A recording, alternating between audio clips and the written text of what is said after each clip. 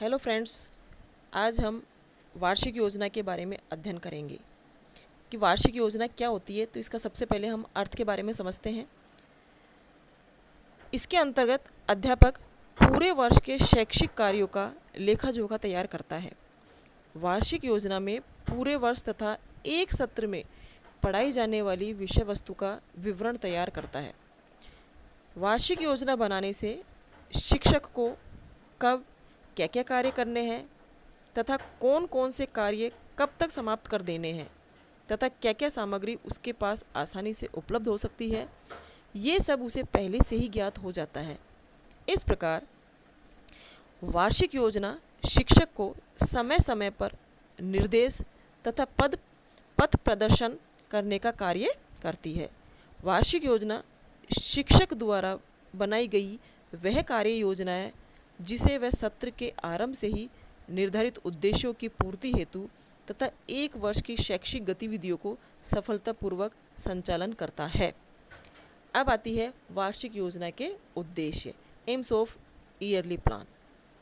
वार्षिक योजना बनाने से संपूर्ण पाठ्यक्रम को इकाइयों में बांटना आसान हो जाता है तथा वार्षिक योजना के निर्माण से परीक्षाओं का आयोजन में सुविधा होती है और इसके निर्माण से अध्यापक अपने वार्षिक गतिविधियों को व्यवस्थित कर लेते हैं और वार्षिक योजना की सहायता से ही किसी भी विषय के निर्धारित उद्देश्यों की पूर्ति समय से कर पाने में सहायता मिलती है। अध्यापक अपने विद्यार्थियों को आगे पढ़ाए जाने वाले पाठों से अवगत कराता है, अतः विद्यार्थियों की सुविधा हेतु भी वार्षिक योजना का निर्माण किया जाता है। वार्षिक योजना के निर्माण से प्रधानाचार्यों को भी जैसे त्रैमासिक, अर्धवार्षिक तथा वार्षिक परीक्षाएं आयोजित करने एवं उनके परिणाम घोषित करवाने में सुविधा होती है। अध्यापक अपने सुविधानुसार संपूर्ण पाठ्यक्रम को वर्ष के महीनों में विभक्त कर सकता है, अतः पाठ्यक्रम के विभाजन हेतु भी वार्षिक योजना का निर्माण किया जाता है। अब आती है एक अच्छी वार्षिक योजना की विशेषताएं, जो निम्न प्रकार है। नंबर 1 है, ये योजनाएं अन्य शिक्षकों की योजनाओं के साथ समन्वय रखती है। नेक्स्ट है, अच्छी योजनाएं सभी कक्षाओं से संबंधित सभी क्रियाओं को सम्मिलित करती है। यह योजना विद्यार्थियों के मानसिक व शारीरिक स्तर के अनुकूल होती है। नेक्स्ट है, अच्छी वार्षिक योजना पूर्णतः लचीली होती है, अर्थात इसमें समय एवं परिस्थिति के अनुसार परिवर्तन किया जा सकता है। नेक्स्ट है, अच्छी योजनाएं कक्षा तथा विद्यालय के पास उपलब्ध साधनों को ध्यान में रखकर बनाई जाती है। अच्छी वार्षिक कार्य योजना अध्यापक की योग्यता व क्षमता के अनुसार होती है। अब आती है वार्षिक योजना के लाभ, कि वार्षिक योजना जब विद्यालय में बनाई जाती है संपूर्ण वर्ष के लिए, तो इसके हमको क्या क्या लाभ प्राप्त होते हैं। इसमें आता है, संपूर्ण सत्र के क्रियाकलाप व्यवस्थित हो जाते हैं कि जो भी हमको कार्य करने हैं उनकी एक रूपता आ जाती है। अगला है, पाठ्यक्रम को निर्धारित समय में पूर्ण करने में सुविधा होती है। अन्य विषय के शिक्षकों को भी सुविधा होती है तथा विद्यार्थी भी अपने अध्ययन एवं परीक्षा की तैयारी की रणनीति पहले से ही बना लेते हैं। परीक्षाओं के समय का निर्धारण हो जाता है तथा संस्था की नीतियों को निर्धारित करने में सुविधा होती है। अब आती है वार्षिक योजना का सामान्य प्रारूप, कि हमको किस तरह से वार्षिक योजना का प्रारूप तैयार करना है। इसमें सबसे पहले शैक्षिक सत्र आएगा कि किस सत्र की हम वार्षिक योजना बना रहे हैं, फिर विषय, फिर कक्षा, उसके बाद विभाग का नाम आएगा, फिर आता है विद्यालय का नाम, फिर अध्यापक का नाम, उसके बाद शैक्षिक सत्र के कुल शिक्षण दिवस का विवरण।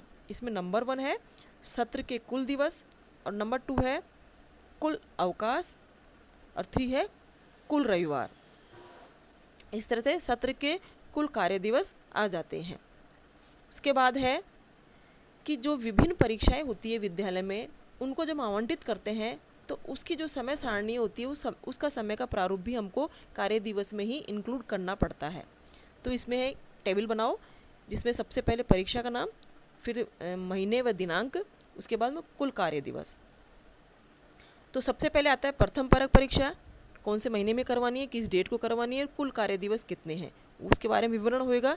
फिर द्वितीय परक परीक्षा के बारे में होता है, उसके बाद में तृतीय परक परीक्षा, उसके बाद अर्धवार्षिक परीक्षा, फिर वार्षिक परीक्षा की तैयारी हेतु समय जो दिया जाता है, कितने कार्य दिवस है उनको लिखना है, और फिर वार्षिक परीक्षा के बारे में भी हमको लिखना है। इसके बाद में परीक्षा परिणाम घोषित करने की तिथि, कि जो हम परीक्षा परिणाम घोषित करते हैं उस तिथि पर कितने कार्य दिवस हुए उसके बारे में विवरण बताए हैं। इसके अंतर्गत कुल शिक्षण दिवस आएंगे, कुल शिक्षण दिवस बराबर कुल कार्य दिवस, कुल कार्य दिवस में तीनों परक परीक्षाओं हेतु कुल दिवस प्लस अर्धवार्षिक परीक्षा हेतु दिवस प्लस तैयारी हेतु दिवस प्लस वार्षिक परीक्षा हेतु दिवस, इस तरह से कुल शिक्षण दिवस निकल आएंगे। अब आते हैं नीचे कक्षा शिक्षण के कुल शिक्षण दिवस। कक्षा शिक्षण के जो कुल शिक्षण दिवस आते हैं उनको हम दो भागों में बांट सकते हैं। पहला है कक्षा शिक्षण कार्य और दूसरा है पाठ्य सहगामी क्रियाएं। इनको भी हम महीने के अकॉर्डिंग बांट सकते हैं कि किस महीने में कितने कार्य दिवस हैं, कुल कितने अवकाश है, कुल कितने रविवार है, उनको निकालकर हम कुल कार्य दिवस निकाल सकते हैं। अब आती है कि वार्षिक योजना के निर्माण में जो सावधानियां बरती जाती है कि हम जब निर्माण करते हैं किसी कार्य को उसमें क्या क्या सावधानी बरतनी है, तो उसके बारे में भी अध्ययन करते हैं कि योजना बनाते समय वर्ष भर में उपलब्ध समय एवं कार्य विषयों का ध्यान में रखा जाए।